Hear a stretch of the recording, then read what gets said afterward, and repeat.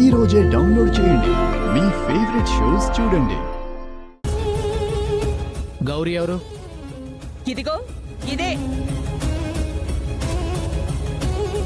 Constable, ఆవిడ తీసుకురండి.